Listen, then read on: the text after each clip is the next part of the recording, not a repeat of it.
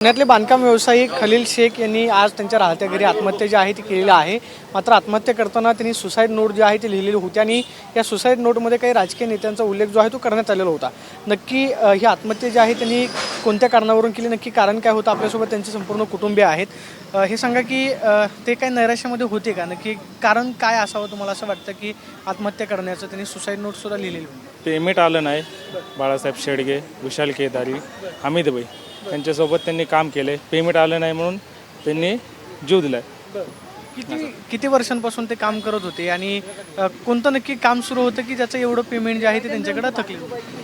विशाल केदारी आणि हमीद भाई सोबत पार्टनर होते आणि बाळासाहेब शेडगेची स्कीम करत होते. असं त्याचं पेमेंट येणं बाकी आहे. साधारणतः किती पेमेंट होते? बाळासाहेब शेडगे आणि सगळ्यांचं मिळून एक 15 करोड रुपये येणं बाकी आहे. 15 करोड? हां.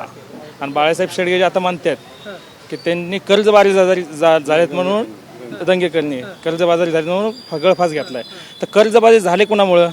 यांनी जर पैसे दिले असते तर त्यांनी कर्जबारी झाले नसते ना, फाशी घेतली नसती. ह्यांच्यामुळे माझे वडील गेलेत आज. त्याचा न्याय कोण देणार मला? काय मागणी आहे की आम्हाला न्याय पाहिजे. नाही पाहिजे आणि त्यांना सजा व्हायला पाहिजे. हा बस. नाहीतर मग मी पण जीवाचं काय पर करेन आणि माझ्या पोराला अजिबात त्यांनी त्रास नाही द्यायला पाहिजे. ते हमीद भाई, केदारी साहेब आणि शेंडगे, दंगेकर.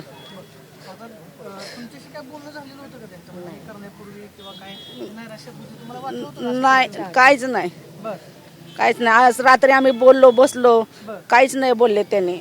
हा.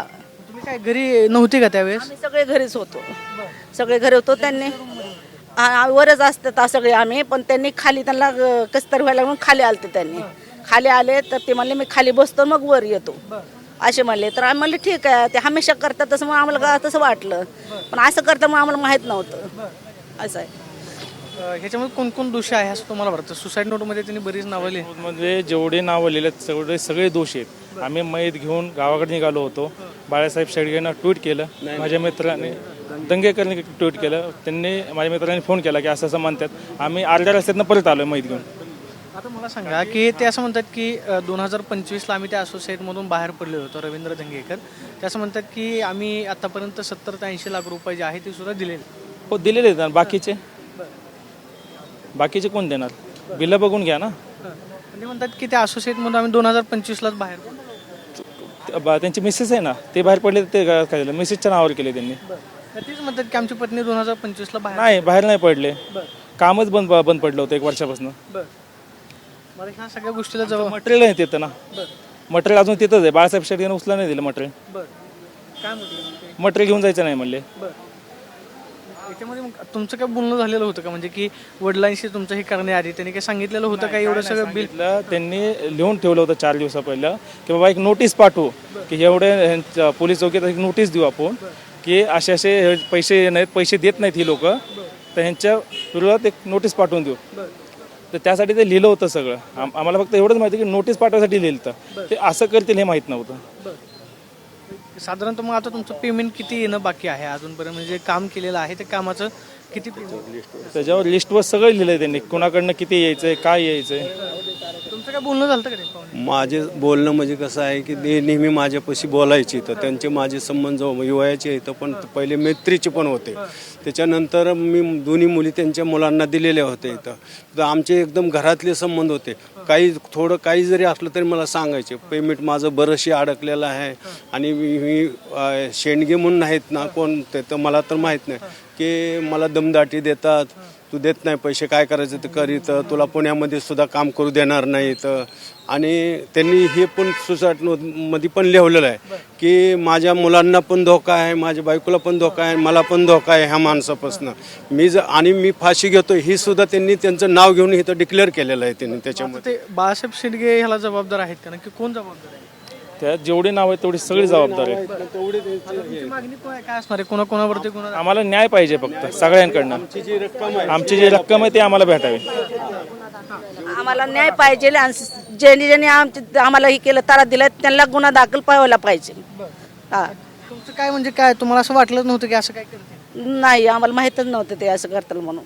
मग आता काय पोलिसात तक्रार दिली की नक्की काय? पोलिसात सकाळी येऊन त्यांनी तक्रार घेऊन गेलेत, पण अजून काय FIR नाही केली त्यांनी. आता टाळाटाळी करतात, FIR टाळाटाळी करतात. तुम्ही हे करा, पोस्टमॉर्टम होऊ द्या, त्याच्यानंतर आपण करू, तुम्ही तिकडे गावाला न्यायचं. धमकी दिली होती का कोणी? धमकी दिली होती का? नाही, धमकी आम्हाला पोलिसांनी वगैरे पण नाही. वडिलांना त्यांनी काही सांगितलं नाही, त्यांना दिली असेल पण सांगितलं नाही. त्यांचा फोन घेऊन गेलेत चौकीत. आता त्यात काय माहिती पडलं तर म्हणजे तुमचं म्हणजे घरातही त्यांनी असं काय सांगितलं? नाही सांगितलं. फक्त नोटीस पाठवायची एवढं हे म्हटलं. हां, तर त्याच्यामध्ये जो उल्लेख केलेला आहे ते असं म्हणतात की दंगेकर मी 2025ला आमची पत्नी या असोसिएटमधून बाहेर पडलेली आहे. या गोष्टीमुळं माझ्या मित्रांना सुद्धा बराच त्रास झालेला आहे. मग याला नक्की जबाबदार कोण आहे? म्हणजे जे भागीदार आहेत या प्रकल्पामधले ते सगळेच आहेत की सगळेच आहेत ना त्या प्रकारावर. जेवढी जण आहेत तेवढे सगळे भागीदार. नक्की पेमेंट येणं कोणाकडून अपेक्षित होतं असं? ते कंपनी आहे, बाळासाहेब शेडगे त्यात मेन आहेत, तर आम्ही त्यांचंच नाव घेतलं. बाकी हां बाळासाहेब शेडगेच ह्याच्यामध्ये मुख्य. मुख्य आहेत. आणि तेच धमकी देत होते. मटेरियल ज्यावेळेस काम बंद पडलं 1 वर्षापूर्वी, त्यावेळेस मटेरियल उचला गेले, त्यावेळेस पण ते म्हणले मटेरियल घेऊन जायचं नाही.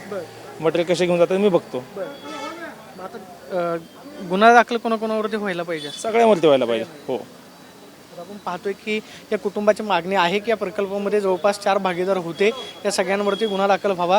जे काम केलेलं आहे ते कामाचं पेमेंट येणं बाकी होतं.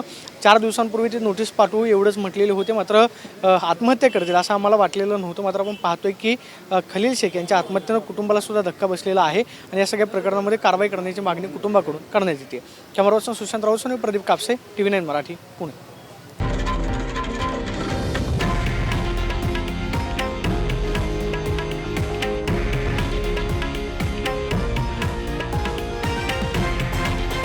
हे आहे देशातील नंबर 1 न्यूज नेटवर्क आणि आपण पाहत आहात TV9 मराठी, एकमेव.